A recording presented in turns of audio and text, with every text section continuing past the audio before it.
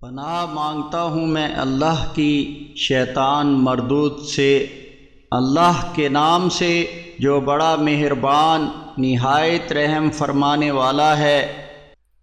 اے نبی صلی اللہ علیہ وسلم، ایمان والوں کو جنگ کی ترغیب دو۔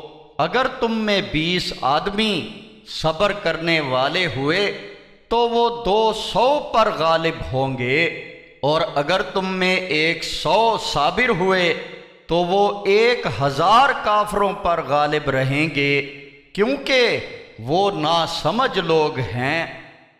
فی الحال اللہ نے تمہارے ساتھ نرمی کر دی ہے، کیونکہ اسے معلوم ہے کہ ابھی تم میں کچھ کمزوری ہے، تو اب اگر تم میں 100 صابر ہوں گے تو وہ اللہ کے حکم سے 200 پر غالب ہوں گے، اور اگر تم میں ایسے 1000 ہوئے تو وہ 2000 کفار پر غالب رہیں گے، کیونکہ اللہ صبر کرنے والوں کے ساتھ ہے۔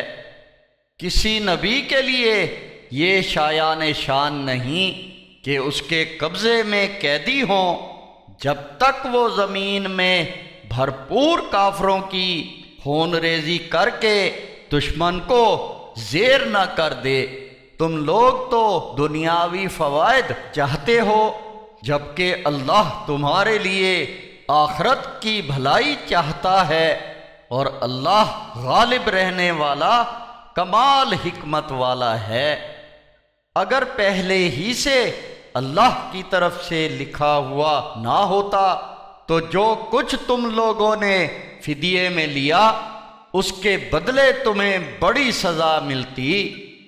تو جو کچھ حلال اور طیب مال غنیمت تم لوگوں نے پایا ہے اس میں سے کھاؤ اور اللہ سے ڈرتے رہو، یقیناً اللہ معاف کرنے والا بہت زیادہ رحم کرنے والا ہے۔